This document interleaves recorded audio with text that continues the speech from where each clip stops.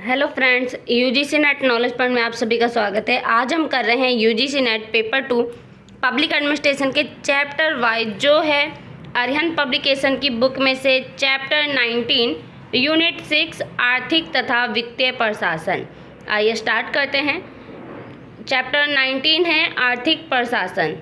Channel पर नए हैं तो चैनल को जरूर सब्सक्राइब करें, लाइक एंड शेयर करें। चैप्टर 19 यूनिट 6 आर्थिक तथा वित्तीय प्रशासन। आर्थिक प्रशासन इकोनॉमिक एडमिनिस्ट्रेशन। आर्थिक प्रशासन समस्त आर्थिक गतिविधियों को विनियमित करता है। इसके अंतर्गत मिश्रित अर्थव्यवस्था समेत निजीकरण, उदारीकरण व भूमंडलीकरण, वैश्वीकरण व का अर्थव्यवस्था पर प्रभावों को प्रमुखता से देखा जाता है। आर्थिक प्रशासन किसी राज्य के आर्थिक नीतियों से संबंधित होता है, जिसमें हर बात पर बल प्रदान किया जाता है कि किसी राज्य या देश की आर्थिक व्यवस्था किस तरह सुचारू रूप से चले। यह उस प्रशासन को इंगित करता है जिसके द्वारा किसी देश के आर्थिक क्रियाकलापों का नियमन होता है तथा इसके अंतर्गत कर निर्धारण, निवेश विनिवेश प्रक्रिया, सरकार का बजट, मुद्रा नीति, कर नीति, श्रम बाजारों तथा उदारीकरण, वैश्वीकरण जैसे मुद्दों का समावेश होता है। इसका संबंध सरकार के उन सभी आर्थिक कार्यकलापों जैसे उत्पादन, वितरण, उपभोग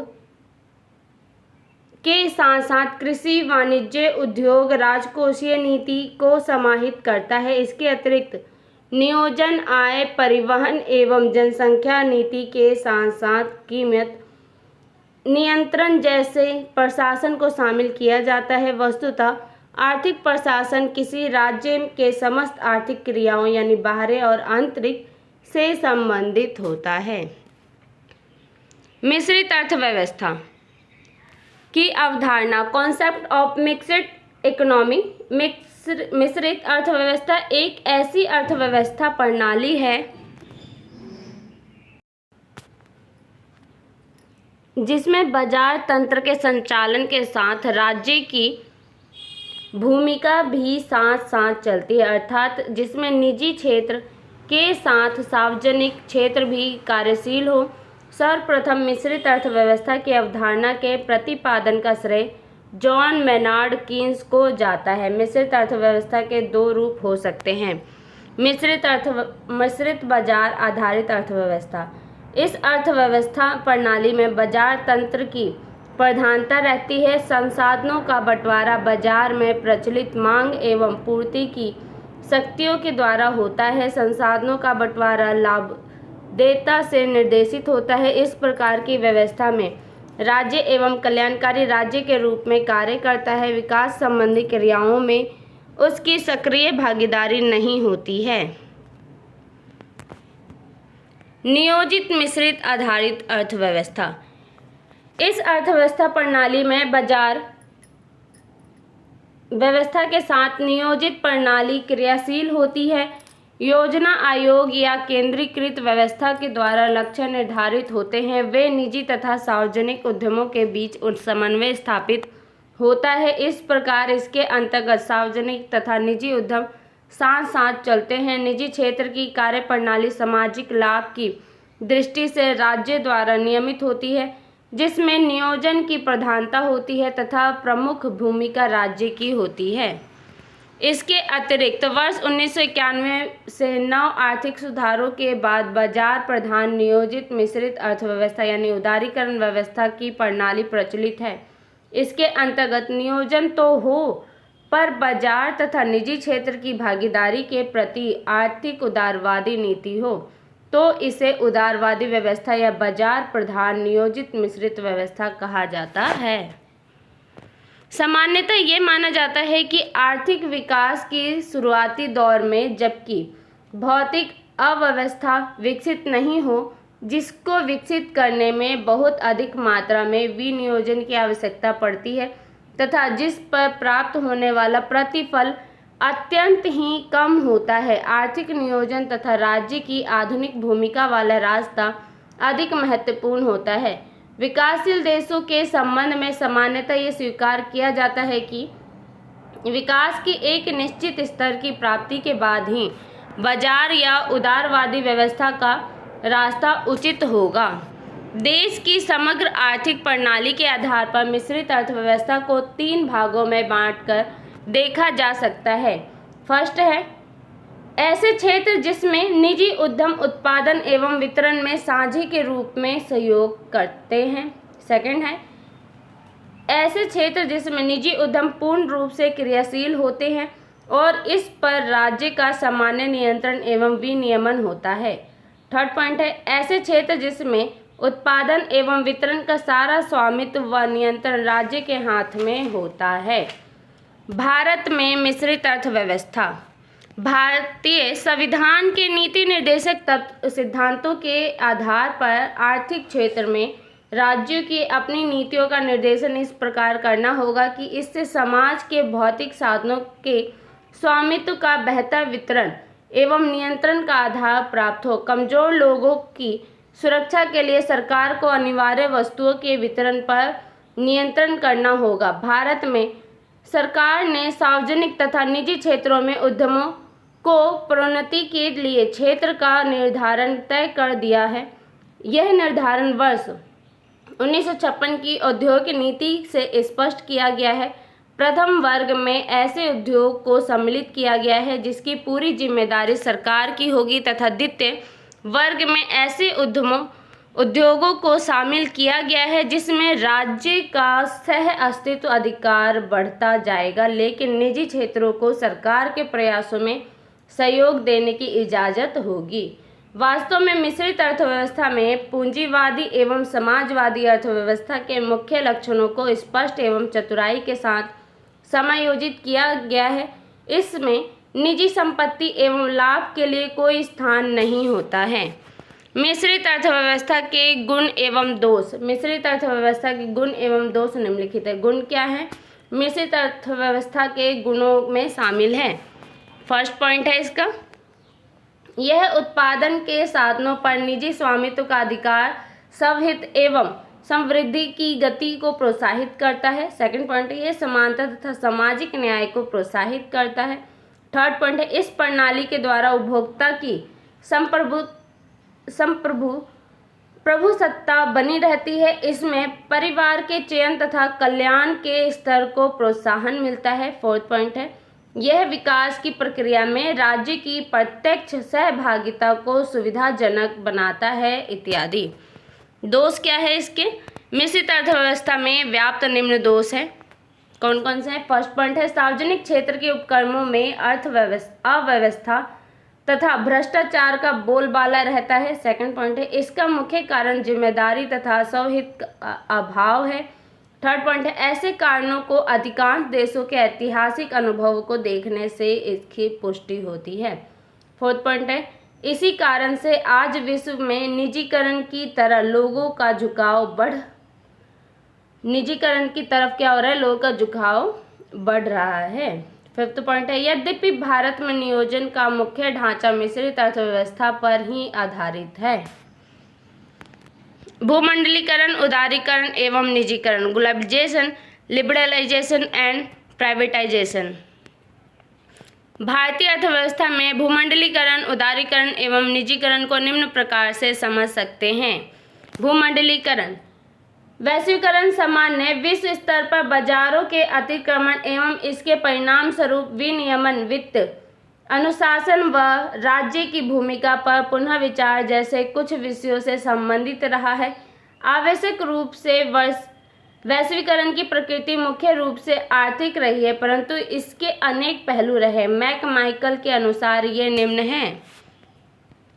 कौन से हैं? फर्स्ट पॉइंट है, पूर्व, द्वितीय एवं तृतीय विश्व युद्ध के देशों द्वारा इन वैश्विक ताकतों की अधीनता।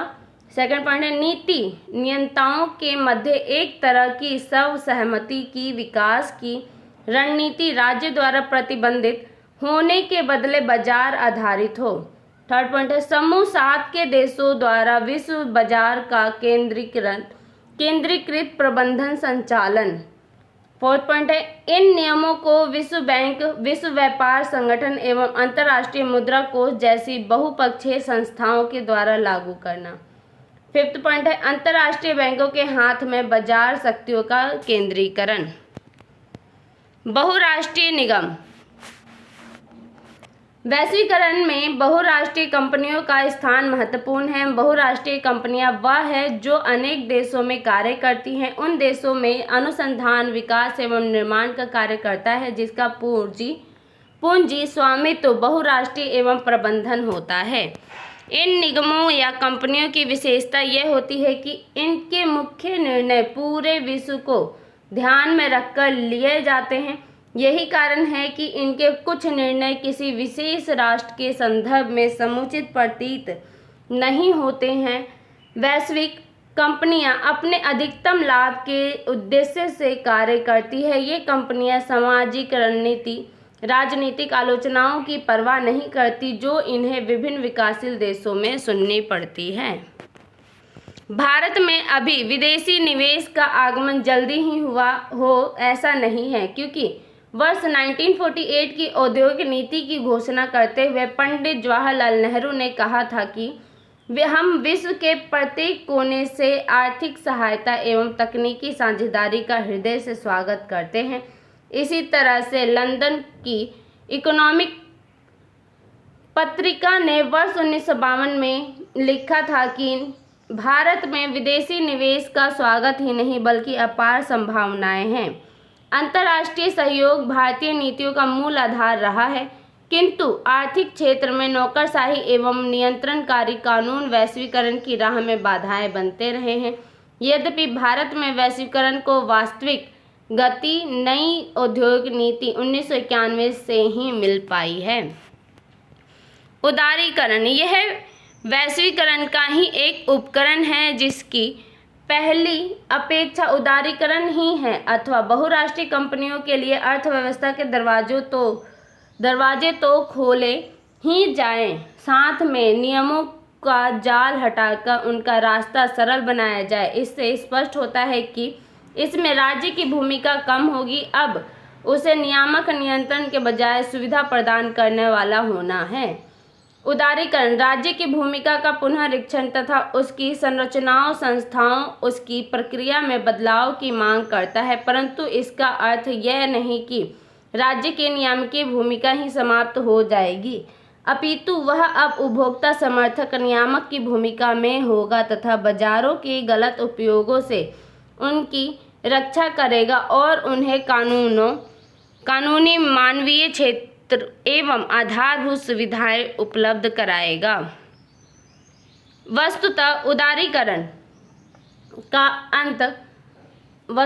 उदारीकरण का अर्थ मुक्त बाजार प्रणाली की अर्थव्यवस्था है। उदारीकरण के फलस्वरूप प्रतिबंधों की शासन परंपरा का स्थान मुक्त अवधारणा की शासन परंपरा ने ले ली। इससे आर्थिक गतिविधियों में सरकारी नियंत्रण एवं विनियमन में लचीलापन एवं कमी आई। इस प्रक्रिया में अधिकांश उद्योगों को लाइसेंसिंग प्रक्रिया से छूट देना तथा लाइसेंस की सीमाओं को बढ़ाना, ब्रांड बैंडिंग, विदेशी मुद्रा विनिमय, MRTP अधिनियम में छूट, अतिरिक्त क्षमताओं का वैधीकरण, आयात निर्यात नीति में छूट आदि शामिल है। इस प्रकार निजी क्षेत्र को निवेश, उत्पादन व उत्पादों के मामले में पूरी छूट दी गई। उदारीकरण की मान्यता। उदारीकरण के निम्नलिखित मान्यताएं कौन कौन से हैं। फर्स्ट पॉइंट है, यह सरकार की परंपरागत भूमिका को पुनः परिभाषित करने की अवधारणा है। सेकंड पॉइंट है, उदारीकरण एवं विचारधारा अथवा दृष्टिकोण है जो उदारवाद प्रयासों को बढ़ावा देता है। थर्ड पॉइंट है, कुशलता तथा आधुनिकीकरण इसके प्रमुख आधार है। फोर्थ पॉइंट है, उदारवादी विचारधारा ये मानती है कि सरकार की आधारभूत संरचना सामाजिक कल्याण एवं नियामकीय कार्यों पर अधिक ध्यान देते हुए अर्थव्यवस्था के अन्य क्षेत्र निजी उद्यमियों के लिए छोड़ देने चाहिए।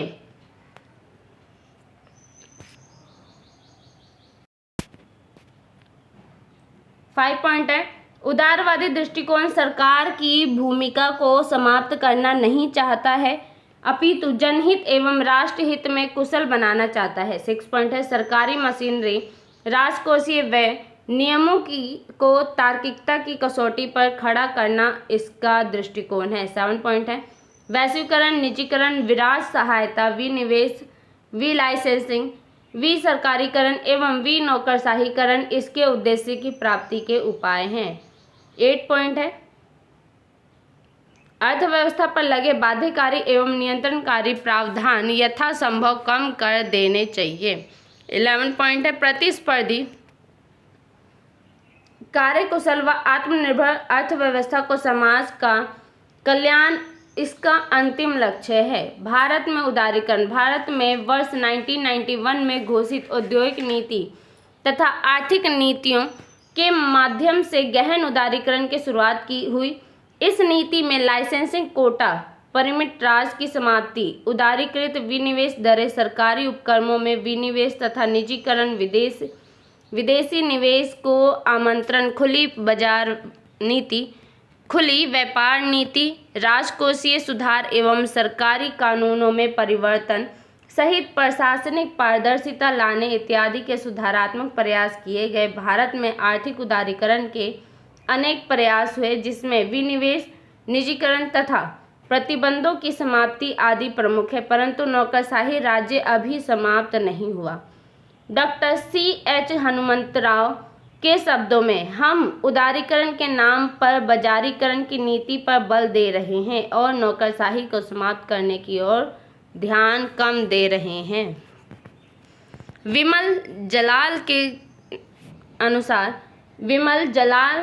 जलान ने कहा कि घरेलू उदारीकरण का एक नतीजा दिवालियापन भी हो सकता है, क्योंकि ज़्यादा प्रतिस्पर्धा से कुछ कंपनियां बेमौत मारी जाएगी, परंतु यह समस्या केवल उदारीकरण से नहीं बल्कि परिवर्तित परिस्थितियों में अपने को न ढाल पाने के कारण उत्पन्न होती है। उदारीकरण के कारण डंपिंग की समस्या भी सामने आती है। तथापि उदारीकरण के सकारात्मक व नकारात्मक दोनों परिणाम सामने आए। उदारीकरण के परिणाम स्वरूप भारत में विदेशी मुद्रा का अपार प्रवाह, आधुनिक तकनीकों के आगमन के साथ आर्थिक वृद्धि दर में भी वृद्धि हुई। निजीकरण वह प्रक्रिया है, वह अवधारणा है जो उदारीकरण के लक्ष्यों की प्राप्ति का एक साधन मानी जा सकती है। संकुचित अर्थ में निजीकरण उन औद्योगिक कंपनियों के स्वामित्व को निजी क्षेत्र में हस्तांतरित कर देना है जो अभी तक सरकारी नियंत्रण में थी। व्यापक स्तरों पर निजीकरण से तात्पर्य यह है कि विभिन्न आर्थिक गतिविधियों में निजी क्षेत्रों की भूमिका में वृद्धि की जाए। पियरे गुइसलैंड के अनुसार संपत्तियों या प्रक्रियाओं पर सरकारी स्वामित्व व नियंत्रण को निजी क्षेत्र को सौंपना ही निजीकरण है।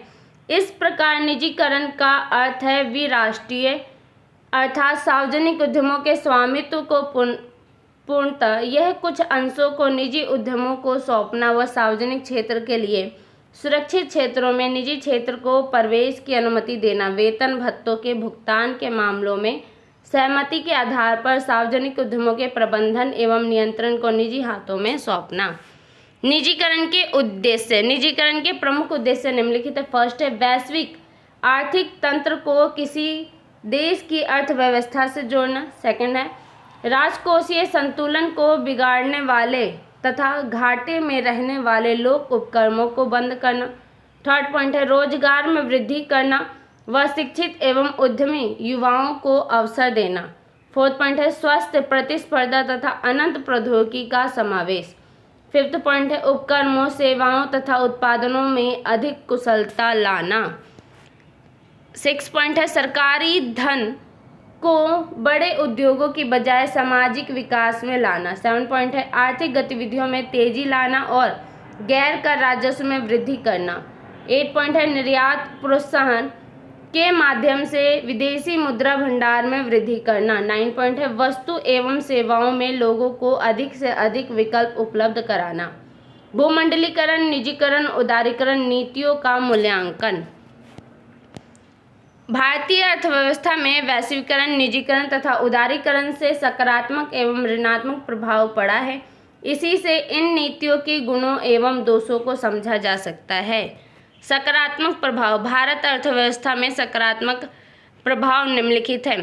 फर्स्ट पॉइंट है इसका, कंपायमान अर्थव्यवस्था। भारतीय अर्थव्यवस्था निश्चित रूप से अधिक कंपायमान अर्थव्यवस्था बन गई है। वैश्वीकरण, उदारीकरण, निजीकरण की नीतियों के समावेश के बाद देश की सभी आर्थिक गतिविधियों के स्तर में वृद्धि हुई। इसका प्रभाव स्पष्ट रूप से सकल घरेलू उत्पाद यानी जीडीपी की वृद्धि दर में प्रभावपूर्ण वृद्धि के रूप में दिखाई देता है। वर्तमान में सकल घरेलू उत्पाद की समृद्धि दर लगभग 6% से अधिक होने का अनुमान है और निकट भविष्य में 9% तक पहुंचने की संभावना है। सेकंड पॉइंट है औद्योगिक उत्पादन के लिए स्फूर्तिदायक। भारतीय औद्योगिक नीतियां औद्योगिक उत्पादन की वृद्धि में स्फूर्तिदायक सिद्ध हुई है। वर्तमान में औद्योगिक उत्पादन दर लगभग 8% है, जो वर्ष 1991 के पूर्व के स्तर से काफ़ी अधिक है। वैश्वीकरण, उदारीकरण तथा निजीकरण की नीतियों से भारत का आईटी उद्योग सारे विश्व में चर्चा का विषय बना। थर्ड पॉइंट है मुद्रास्फीति पर रोक। देश में वस्तुओं एवं सेवाओं के अधिक प्रवाह के फलस्वरूप मुद्रास्फीति के दर पर रोक लगी। वर्ष 2007-08 में यह दर 4 से 5% के मध्य थी, जो ब्याज दर संरचना के लिए गंभीर खतरा नहीं है। ध्यान देने योग्य बात यह है कि ऊंची मुद्रास्फीति बाजार दर संरचना में वृद्धि लाती है और इसके फलस्वरूप इसके अनुरूप निवेश कोषों के लिए मांग कम करती है। इसके परिणाम स्वरूप विकास समृद्धि पर प्रतिकूल प्रभाव पड़ता है।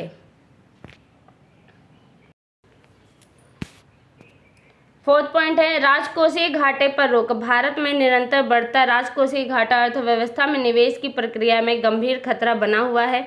नई औद्योगिक नीति के पूर्व यह 8.5% था। वैश्वीकरण, उदारीकरण तथा निजीकरण की नीतियों से सरकारी राजस्व में काफ़ी वृद्धि हुई है। इसके फलस्वरूप राजकोषीय घाटे को सकल घरेलू उत्पाद के 5% के आसपास बनाए रखा गया है। ये पर्याप्त नहीं, फिर भी पहले से कम आवश्यक है। फिफ्थ पॉइंट है निजी विदेशी निवेश का प्रवाह। निजी विदेशी निवेश का प्रवाह। इस नीति को अपनाने के बाद निजी विदेशी निवेश प्रवाह में अधिक बढ़ गया है। निजी विदेशी निवेश प्रवाह। इस नीति को अपनाने के बाद निजी विदेशी निवेश भारत में अधिक बढ़ गया है। इससे भारतीय योजना निर्माताओं को बड़ी राहत मिली, क्योंकि स्वदेशी तकनीक एवं प्रौद्योगिकी पुरानी हो गई थी। निजी निवेश से भारत में पूंजी, प्रौद्योगिकी की नई टेक्नोलॉजी का विस्तार हुआ था तथा घरेलू अर्थव्यवस्था में भी सुधार हुआ। 6 पॉइंट है एक उभरती आर्थिक शक्ति के रूप में भारत की पहचान। वैश्विक उदारीकरण एवं निजीकरण की नीतियों के कारण ही भारतीय अर्थव्यवस्था में वृद्धि हुई और इसी के फलस्वरूप ही भारत की गणना विश्व में एक उभरती हुई आर्थिक शक्ति के रूप में हुई। इसी पहचान के कारण विदेशी निवेशकों पर यह मनोवैज्ञानिक प्रभाव पड़ा, जिससे उन्होंने निवेश के लिए भारत को अपना पसंदीदा स्थान चुना।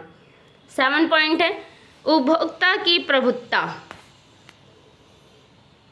समय के साथ साथ उपभोक्ता की प्रभुत्ता में निश्चित रूप से विस्तार हुआ है। इस तथ्य से ये स्पष्ट होता है कि विभिन्न विश्व बाजारों से कई प्रकार की वस्तुएं एवं सेवाएं भारतीय उपभोक्ता को आसानी से उपलब्ध है। उत्पादक भी उपभोक्ता की पसंद के अनुसार ही अपनी वस्तुओं का निर्माण कर रहे हैं। इसका परिणाम यह हुआ है कि लोगों के कल्याणकारी स्तरों में बढ़ोतरी हुई। 8 पॉइंट है विदेशी विनिमय कोषों में पर्याप्त वृद्धि। भारत के विदेशी विनिमय कोषों में कमी एक मजबूरी थी, जिसके कारण उसे नई औद्योगिक नीति को अपनाना पड़ा। इस नीतियों से ही देश के विदेशी विनिमय कोष अब एक सुखद अवस्था में हैं। विदेशी विनिमय कोष की अच्छी पूंजी मजबूत अर्थव्यवस्था को प्रतिबिंबित करती है, यानी दर्शाती है। इससे विश्व के निवेशकर्ताओं को भारतीय बाजारों में निवेश करने के प्रति विश्वासों में बढ़ोतरी हुई। 9 पॉइंट है, एकाधिकार बाजार से प्रतियोगी बाजार की ओर अग्रसर।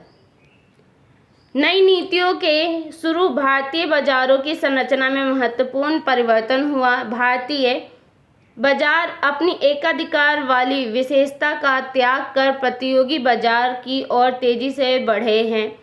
इन नीतियों के कारण ही भारतीय अर्थव्यवस्था इतनी तेजी से आगे आई। इसमें न केवल विकास प्रक्रिया तेज हुई, बल्कि इसमें विविधता भी आई। लोगों के जनहित स्तर अथवा कल्याण में भी एक निश्चित परिवर्तन आया। भारत ने एक उभरती हुई आर्थिक शक्ति के रूप में विश्व में एक अलग पहचान बनाई।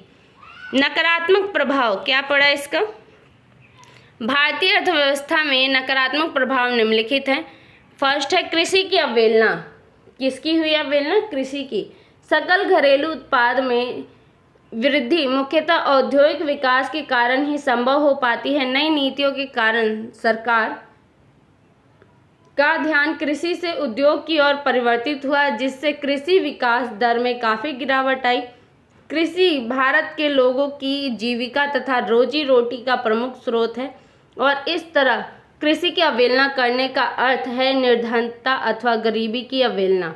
विशेष तौर से गौर करने वाली बात यह है कि कृषि क्षेत्र का धीमा विकास औद्योगिक विकास में बाधा बन सकता है। इसका कारण यह है कि औद्योगिक क्षेत्र के लिए कृषि कच्चे माल का स्रोत है एवं ट्रैक्टर, थ्रेशर, रोटावेटर, कंबाइनर जैसे कई औद्योगिक वस्तुओं की मांग कृषि ही है।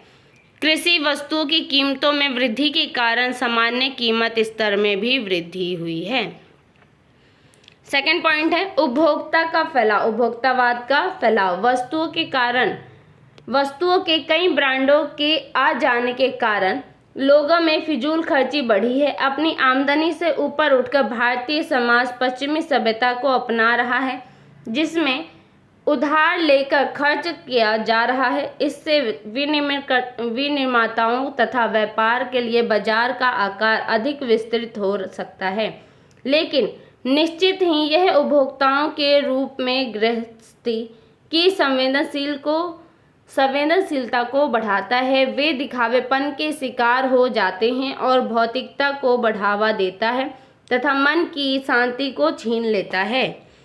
थर्ड पॉइंट है विकास प्रक्रिया का शहरीकरण, शहरी केंद्रीकरण। नई नीतियों के कारण ही शहरों का विस्तार हुआ है। किसी भी बहुराष्ट्रीय कंपनी के बारे में सोचिए तो आप मुश्किल से इन्हें ग्रामीण क्षेत्रों में पाएंगे। सभी बहुराष्ट्रीय कंपनियों ने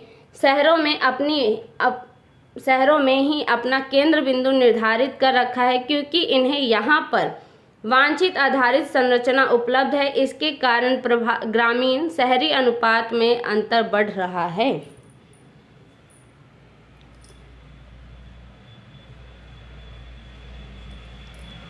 फोर्थ पॉइंट है एक तरफा समृद्धि प्रक्रिया।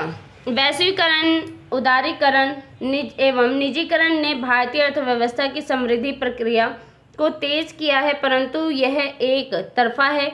यह एक सम्मिलित वृद्धि प्रक्रिया नहीं है। यह अर्थव्यवस्था के सभी क्षेत्रों का समावेश नहीं करती है, बल्कि यह एक ऐसी समृद्धि प्रक्रिया है जो आईटी पर आधारित तथा सेवी क्षेत्र पर केंद्रित होती है, जबकि औद्योगिक समृद्धि धीमी है। कृषि क्षेत्र में यह ऋणात्मक है, इसलिए भारतीय किसान नकदी फसलों पर अधिक ध्यान दे रहे हैं, क्योंकि विदेशों में भी इनकी मांग रही है। इसी कारण से घरेलू खाद्यान्नों में धीरे धीरे कमी आ रही है और यह स्थिति चिंताजनक है। दुखद है कि हमें हरित क्रांति के बाद भी खाद्यान्नों का आयात करना पड़ता है। सांस्कृतिक ह्रास। वैश्वीकरण के कारण भारतीय समाज के सांस्कृतिक मूल्यों को धक्का लगा है और इसमें निरंतर ह्रास हो रहा है। आर्थिक संपन्नता आज जीवन के सभी पहलुओं पर हावी हो चुकी है। आज सभी लोगों में यह इच्छा रहती है कि हम धनी हो जाएं, लेकिन वो इस बात को भूलता जा रहा है कि उसका अपने परिवार एवं समाज के लिए भी कोई उत्तरदायित्व है। भारतीय संस्कृति का अपने परिवार के प्रति वफादारी तथा समाज के लिए निष्ठा, जो कभी एक अटूट अंग समझा जाता था, आज भौतिकवादी युग आ जाने से लोग उसे बेकार की बातें मानने लगे हैं। भारत की राजनीतिज्ञों के लिए वैश्वीकरण, उदारीकरण तथा निजीकरण नीतियों का अनुसरण करना काफ़ी हद तक यह आर्थिक मजबूरी का विषय है, न कि चयन का। लेकिन मजबूरी को पूर्ण आत्मसमर्पण नहीं मानना चाहिए। विशेष रूप से यह सशक्त शब्दों में कह सकते हैं कि इन नई नीतियों का अनुसरण एवं पालन बड़ी ही सावधानी से करना चाहिए। इसमें यह अवश्य देखना चाहिए कि अंतर्राष्ट्रीय बाजारों में हम बड़े लोगों की कठपुतली न बने और हमें यह देखना चाहिए कि घरेलू उत्पादकों का कोई अहित न हो। साथ में यह भी देखना चाहिए कि हम बहुराष्ट्रीय कंपनियों के आगे भी आर्थिक दृष्टि से उसके अधीन न हो। तो आज के लिए वीडियो इतना ही। वीडियो अच्छी लगे तो लाइक कीजिए, शेयर कीजिए, सब्सक्राइब कीजिए। धन्यवाद।